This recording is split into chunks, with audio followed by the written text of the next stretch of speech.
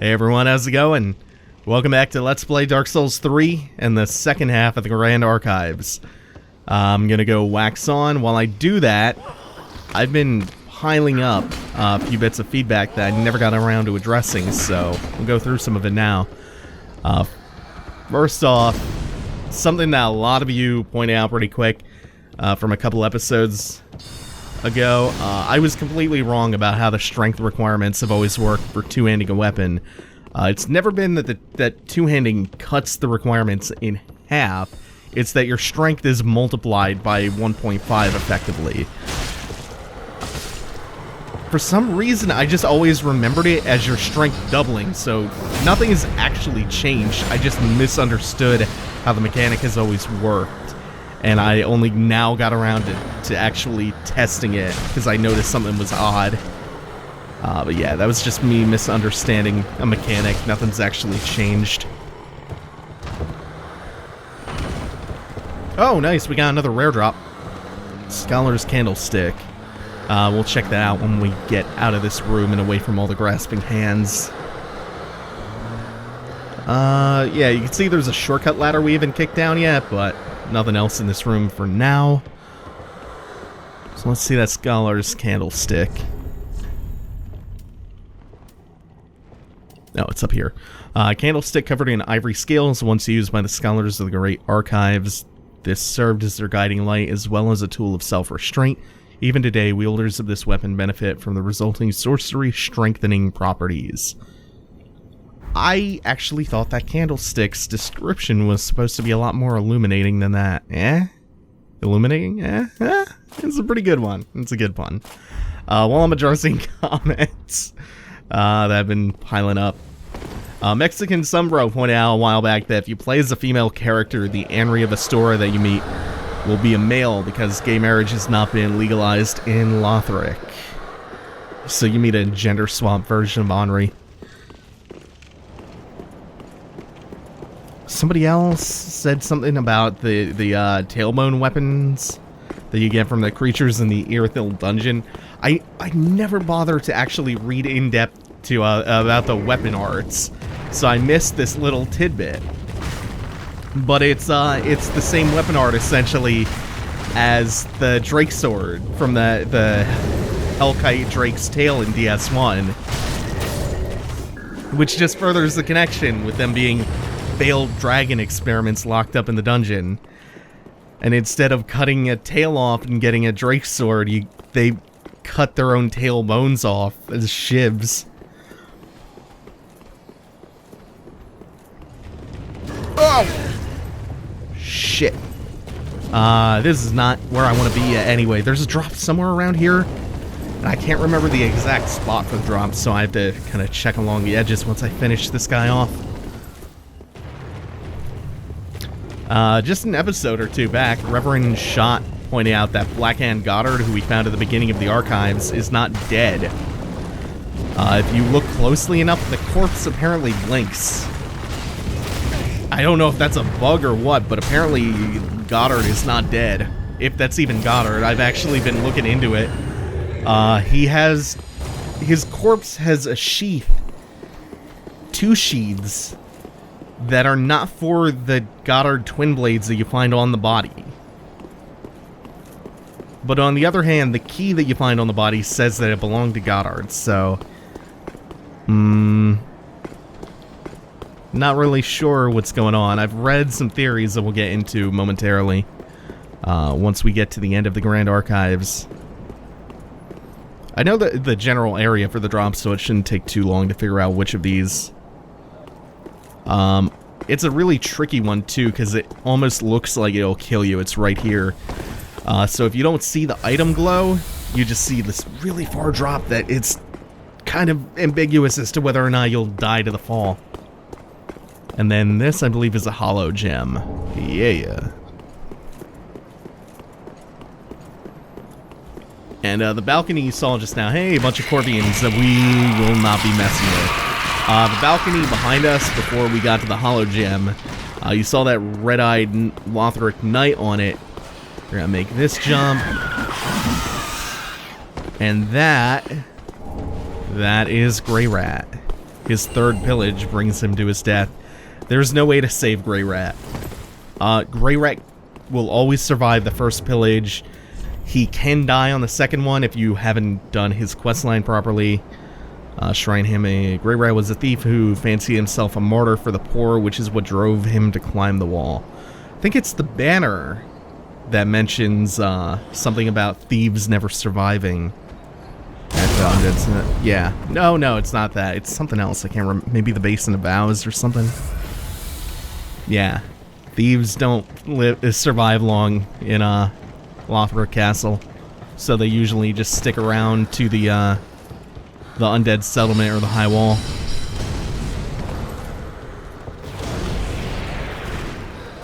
Oh man! I was saying before the red-eyed Lothbrok Knight on the balcony there. We could have dropped down and gotten back there. That's the one next to the bridge where we fought the Crystal Sage for the third time. So we would have had a quick way back there, but we had to make the jump to get Grey Rat's ashes. So yeah, he will always die on the third pillage. Nobody has found any way to save him, and most likely there's no way to save him. As long as you do his questline properly, though, he'll at least survive the one in Irithyll. Rip Grey Rat.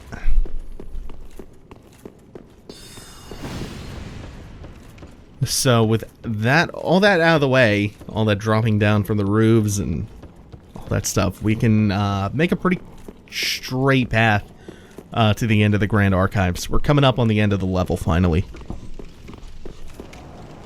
So this time, instead of turning around and making a drop behind us, we're going to continue on to where we fought the second gargoyle. The one with the lance just now.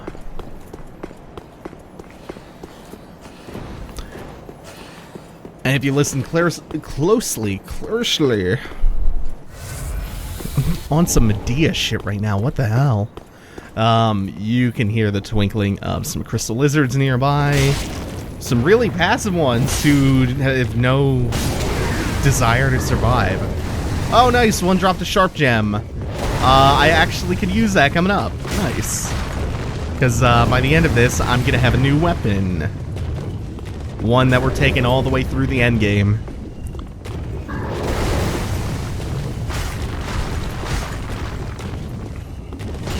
Ah, shit. Twice in a row. I can never read that attack. It's like a shield bash, basically. The wings are functionally shields. Realistically, you don't actually have to fight the gargoyles, but if you want to explore the rooftops and not be impeded, it's a lot easier to just kill the gargoyles real quick. There is some stuff worth grabbing over here. Oh! This might be bad. Depends on how aggressive they are. They're not being all that aggressive, so might actually be able to just focus this one down.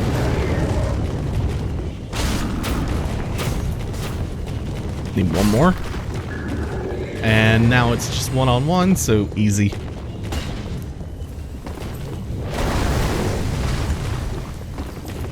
Trying to be wary of the shield bash now, or the wing bash, but he's just not doing anything.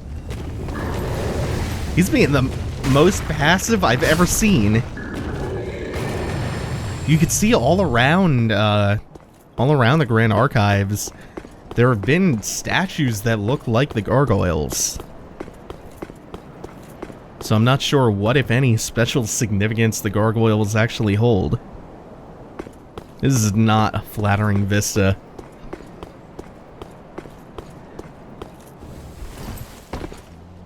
It's a big flat expanse of nothing.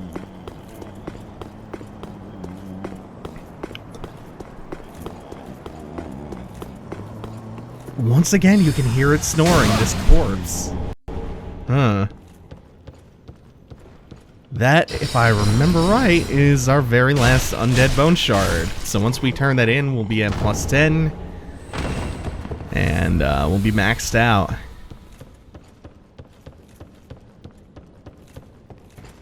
And we can kick this ladder down that we saw before. That's to the room with the multiple bookcases and the books on the floor that we were in towards the beginning of the episode. I'm not really sure if there's any need for this wax anymore, but might as well re-up our wax when we get the chance. No.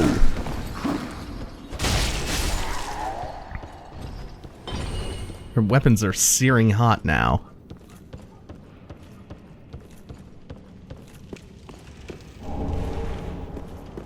Always welcome a couple extra Titanite chunks. I think by the end of the archives, I will have enough chunks to take the weapon that we're going to get in a little while from +6 to +9. And of course, we've gotten a couple slabs now, so you can +10 that thing.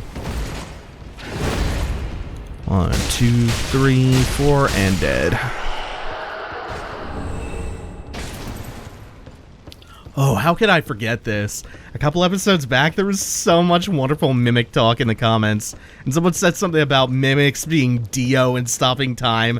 And then all I could think about since then are mimics doing like witch time dodges and Moon of Mahakala parries and afterburner kicks and shit. Like they already have the roundhouse flying kicks. Just give them the afterburner kick and let them juggle you. And like stingers and high time.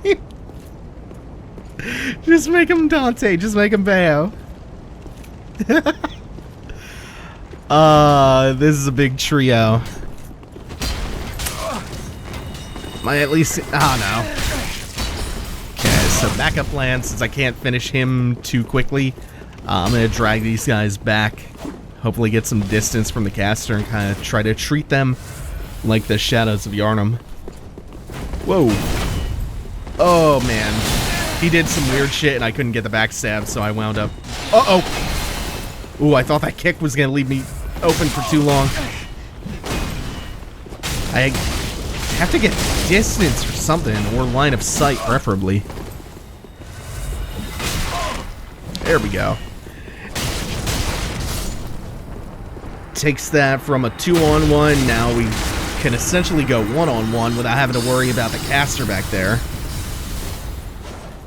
And then once this guy is dead, we get another 1-on-1 with the caster. Yep. Ah, not quite. It's like the last half second or so of that animation gets hyper armor, but anything like any other time during that jumping attack animation, you can knock him out of it. Come on. Yeah, I'm gonna kill him before that even lands. You drop Sage's Crystal Staff, which is modeled after, I believe, the staff of Big Hat, Big Hat Logan. Holy fuck. Onakiri and Ubadachi. Onakiri and Ubadachi are the weapons that I've been gunning for since the beginning of the game. They're the reasons that I did the Dancer so early on. But of course, since you need the Grand Archives key that doesn't spawn in... Hold on. That's why I love this weapon so much. It's not only got a really good moveset, it's got really good weapon art. You get to finally be the Black Katana skeletons from Demon Souls. And there's a shortcut in this room. You only get the key to the Grand Archives once you beat 3 Lords of Cinder, so you can't get it even if you've already done the Dancer and the Dragon Slayer armor early in the game, so it put a stop to my plans, but we still got a couple bosses in the game left, so I can still at least get some mileage out of Onakiri and Ubadachi until the end game. Really, really enjoy these weapons. Been gunning for them all game long.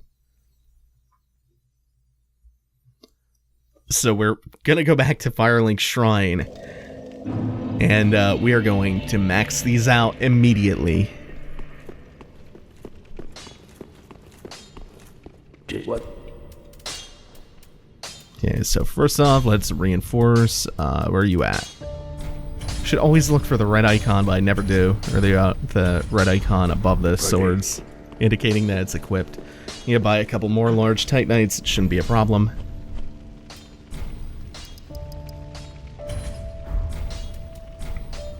Gracious, and awful. Oh shit. Forgive an old woman's idle prey. I'm sure an ashen one such as thee would never indulge such base contrivances. Every time you hand ashes into her, she says the exact same dialogue, except in this one instance. Shit. And you don't get too much new stuff from giving her Grey Rat's ashes. Let's finish plus 10ing this. Should have... Yep, that's more than enough chunks. Leaves me with 2 left over, and we had a slab. Perfect. Now I guess I'll just put 2 chunks into the axes in case I want to use those. Okay. Now infusions. So this is already a quality weapon, so refined would be 5 less, only 2 more scaling, so that would add 16 base damage, and I would gain only 11 in scaling, so it's a net loss of 5 damage. If I put more in dex, it would probably be better, but I'm just gonna leave it uninfused for now. The math isn't working out in anything's favor for the time being. So, instead of going back to the Grand Archives, which were essentially done, we spill back out into Lothric Castle at the end of that after the trio fight. After the trio's tag team champions lost to the fucking Disciple of Death over here. We aren't going back for the boss just yet. We're gonna save him for a little bit. Because I want to go use my Onakiri and Ubadachi on something else. There's a Souls game tradition to have a hard-to-find secret area requiring multiple obscure steps. The one in this game isn't as tough as usual, but it still requires a lot. It requires you to beat Osiris and to find the illusory wall behind his room. It requires you to get the Path of the Dragon emote, and it requires you to put 2 and 2 together and figure out where to use the Path of the Dragon emote. By the way, the sheath that was on the corpse outside the Grand Archives that had the key and the Goddard twin straight swords on it, the sheaths on that body belong to Onakiri and Ubadachi. But anyway, we remember that there were a bunch of corpses posed in this strange, like, Indian-like posture out here in Irithel Dungeon. So, putting 2 and 2 together, we use Path of the Dragon here, and wait.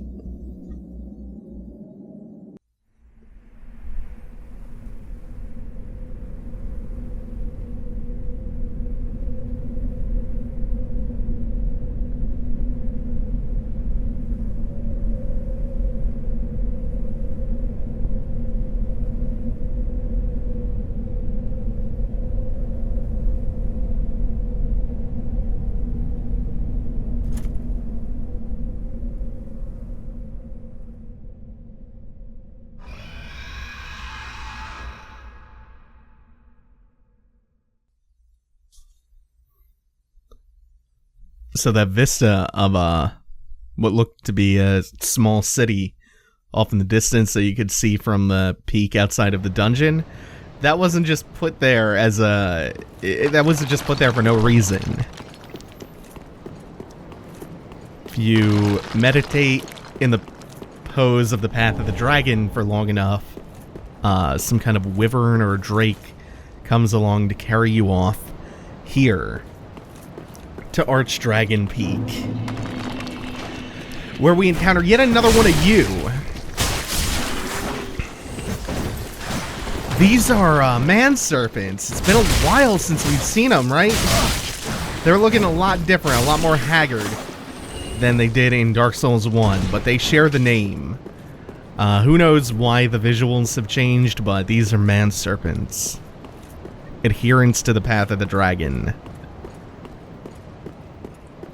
And something is very off about Archdragon Peak, isn't it? Namely the sky. It's not burning orange. It's actually quite peaceful and pleasant looking. It's a very gorgeous zone. Full of disgusting, scary snake people. Dragon cultists. It's a pretty dreamy area. But there's something else going on in the sky that once I clear these guys out, I'll call attention to it. Love it. Just this gorgeous zone shrouded in mist. You get to mess around with Onakiri and Ubadachi a little bit. I feel like they actually might have buffed the weapon art on this, because it used to do even less damage as far as I remember. It used to do nothing. So I'm glad to see that, because I can actually get some mileage out of it now. Does a bit of damage, apparently.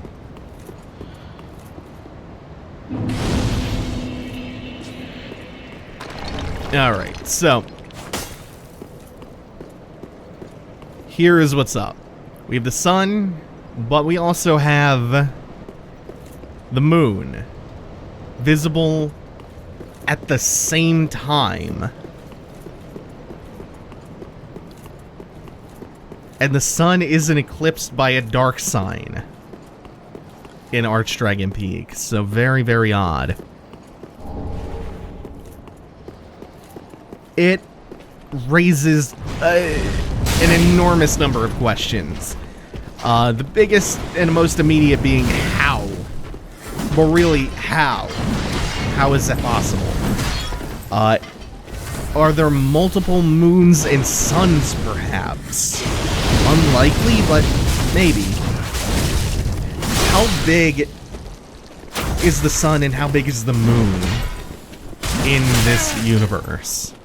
On this planet? Because from the multiple perspectives we get throughout the series, the size is really hard to judge. The size of both of those celestial bodies.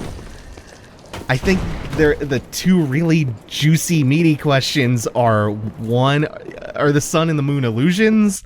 Because there's precedent set for an illusory sun in Anorlando. Oh shit, the ancient dragon shield on. And Irithyll's doll suggests that the moon in Irithyll might be an illusion. A wooden shield bearing the image of an ancient dragon very slowly regenerates HP. The painting is the result of an exquisite but painstaking technique. Lingering, undying traces of the ancient dragons can still be seen in their descendants, the man-serpents, though they have fallen far from grace. Depicts an everlasting dragon on the front of the shield. And then my favorite is the theory that the sun that we normally see is either powered by the first flame, or the sun might be the first flame itself. The sun might actually be the first flame. Still doesn't really explain why we see a perfectly intact sun and moon here in Archdragon Peak. But we will hopefully explore that question a little bit more as we go further into Archdragon Peak. No time to do that now, though. We have an ancient Wyvern. So the first thing that I'm going to do is run straight away from the ancient Wyvern and away from every single man-serpent between me and the goal of this boss.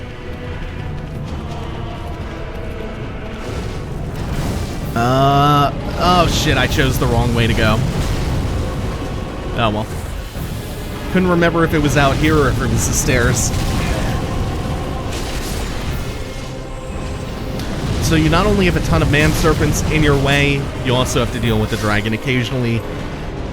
Breathing flame. You get a couple of respites, but from the dragon at least, but whoa. You shit, that dash. We're gonna go and more thoroughly explore this boss arena, because there's a lot of stuff hidden in it. Oh, that one's got an axe on a chain. We're gonna more thoroughly explore this boss arena after the boss is dead. It's a little bit too dangerous right now. So they... Whoa. You have a little bit of invincibility when you're getting, like, just as you get off a ladder. So we're now above the ancient Wyvern. We are going to get this one thing over here at the end because it's kind of far out of the way. Once we backtrack through this area, we will get this. It's some Twinkling Titanite. Oh man, this is such a pathetic gimmick boss, but it's really cool for spectacle. I can't just roll off of this, huh? I have to take the ladder back down for this 8-foot drop. And you know what to do here. Wait for it to finish spitting flames and plunging attack the shit out of it. It's a really cool cinematic kill. But that's all there is to that fight. It's not an actual boss fight. And we get my favorite convention in the fucking game. Another stupid, goddamn, unnecessary, random, pointless teleport. We will finish Archdragon Peak next time. We have an amazingly cool boss and a lot of interesting lore to talk about next time. Thanks for watching, everyone. Take it easy. Have a good one.